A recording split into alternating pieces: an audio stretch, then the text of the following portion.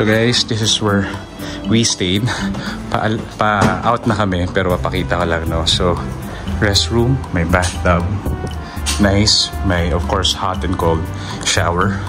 Kailangan lang i-press to. And then, of course, toiletries, may kasama.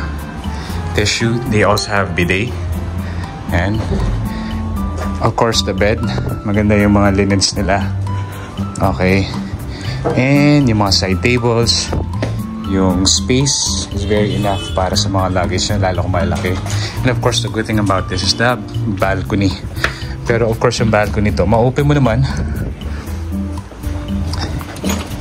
Ayan. So, maliit lang yung balcony, but gives you a very good view of Hanoi.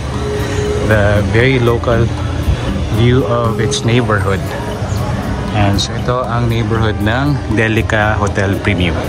Dito sa Old Quarter sa Hanoi.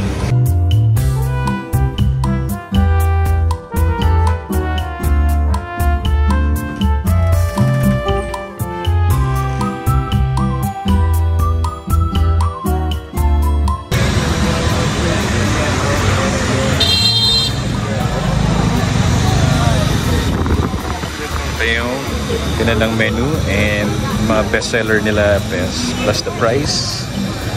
Malapit lang to sa yung lake. Coffee shop na to na very famous at nag-viral sa kanyang mga notes. And okay lang. Order service.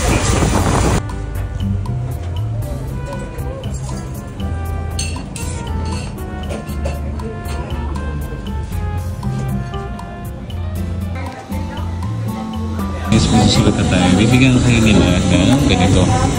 Yan. So sila magbibigay niya sa table. Susulat na tayo ng yun nga. So pwede nyo lagay dito yung kung wala na kayong forever. Or ano. Lahat ng gusto nyo sabihin nyo na. Tapos didikit nyo dito. So you can participate in the history. Yan. So tinuturo niya na kung ano yung mga nakikita dito. Yan. So siya yung kanya. Alam for sure ilalagay niya walang forever.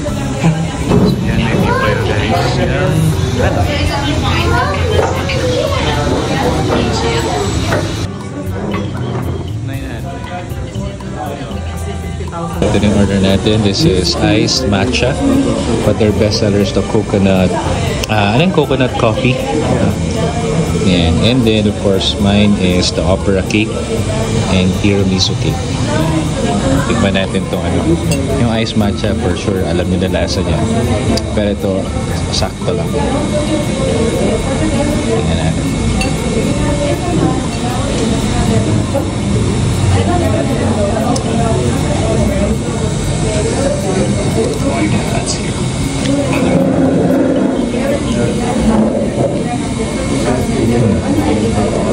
Sakto na lasa. Hindi ganun katamis. And okay lang. Pagod.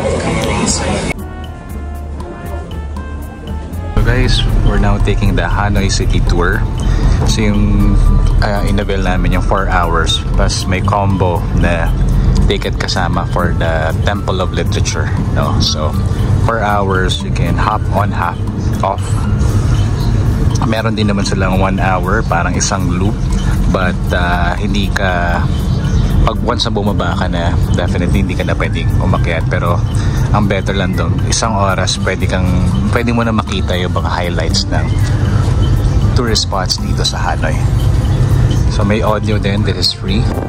And again, binayaran na yung 400 VND for a 4 hour.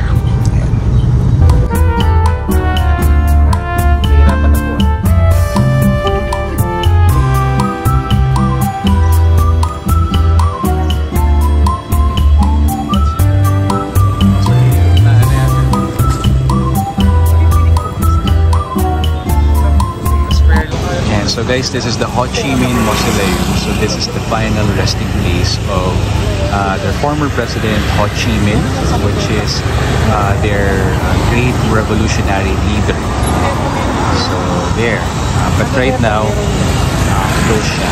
But you can actually go inside the squares to take pictures. Pero sobrang init.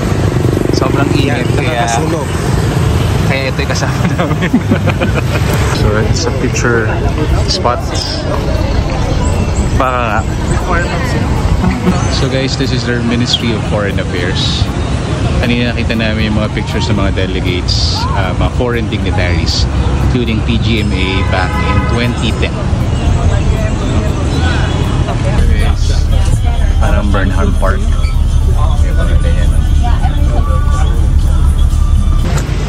So guys, this is our next destination. Yan, punta natin yan. Pero naka-lunch pa, magbubukas at 1:30. So pupunta kayo dito pag 12 noon, close yan. So ito included sa tour namin. Kasama na doon sa ticket, doon sa hop on, hop off bus. Yan.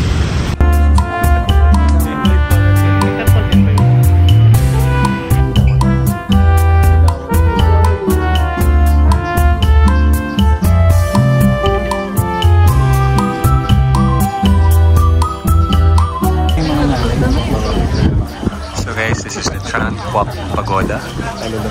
And kinakausap ko yung mga tao sa vlog ko, hindi ikaw. Ito po, pakikita nyo na po. Siya po ang kulay ng pagoda. Oh, yan na, diba? Sige. So, nakikita niyo pa po ba siya? No, hindi na po, diba? Kasi dilaw po siya. Ito po. Ito po ang aming tour guide. Picture. So, yun guys. Yun, tara na. Kami po yung Paypay Gang. Mr. Vlogger, can you take a picture of me, please? Okay. Ito po yung gawain natin dito. Magcha-charge na po kami dito ng photography.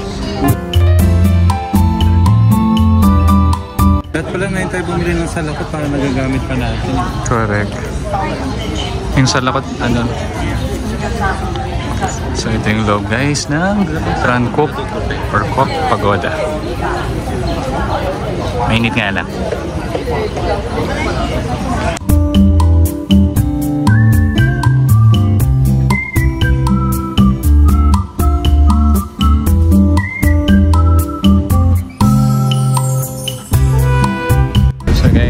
Going to the Temple of Literature. So pag bumili kayo ng ticket dun sa Hanoi City Tour Bus, express entrance na kayo. So si Ate Girl yung nag-a-assist. Here's our ticket and here's the Temple of Literature. Yeah. So nasa Intramuros na daw tayo. Pero may vibe siya ng ganun. Pero maganda lang yung entry kasi papuno. Parang nga Fort Santiago, tama. Pero this is the Temple of Literature. And back in the old days, ito daw yung kanilang Center of Education.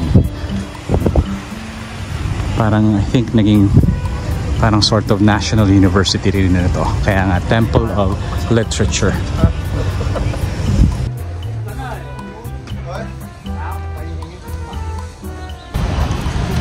So ito yung mga steel work.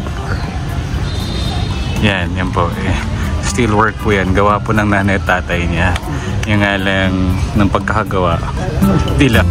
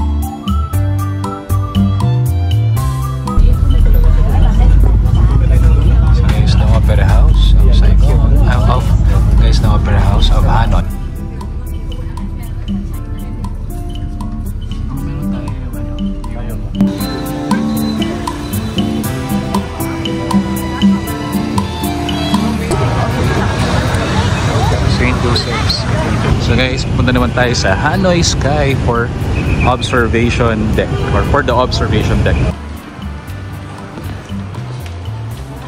Si James. Ito yung ticket price. Pero sa amin guys, pinok namin sa Klook.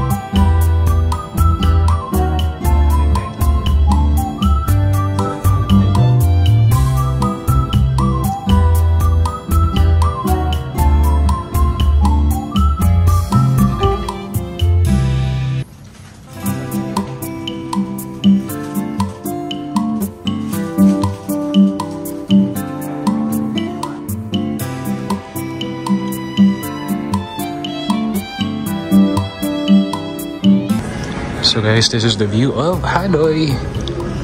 Okay, we're at the 65th floor. Nakakalula. So this is where I'm standing. And that's Hanoi. Medyo foggy lang. It's almost 6 p.m. Tama no? 6 p.m. Yeah, almost 6 p.m. na. Yan, mapapansin nyo si Hanoi, marami siyang lakes. Oh, yan, mga bodies of water. Okay. Yan, so ito yung view. Okay, so bago naman kami umakyat, sinabihan kami na walang parang sunset view. So yun sana yung after namin. Pero wala, so at least still nakita natin ang view ng Hanoi from the sky.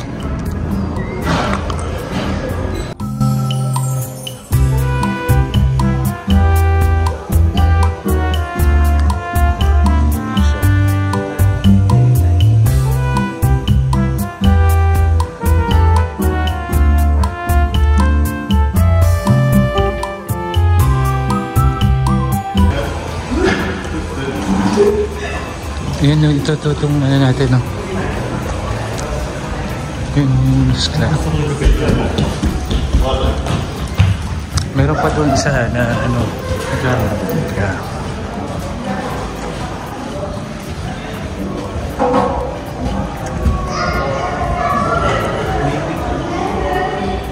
Not for the this is the skywalk.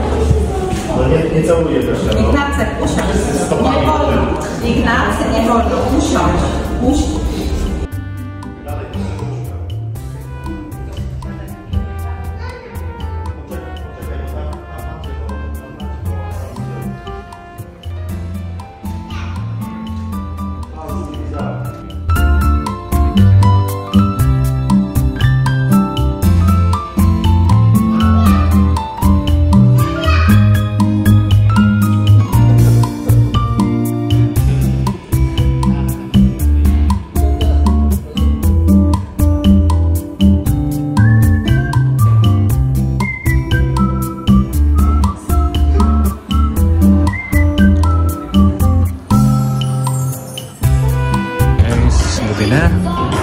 And this is the view of Hanoi at night from the Lotte observation deck. And hindi tayo makapiright.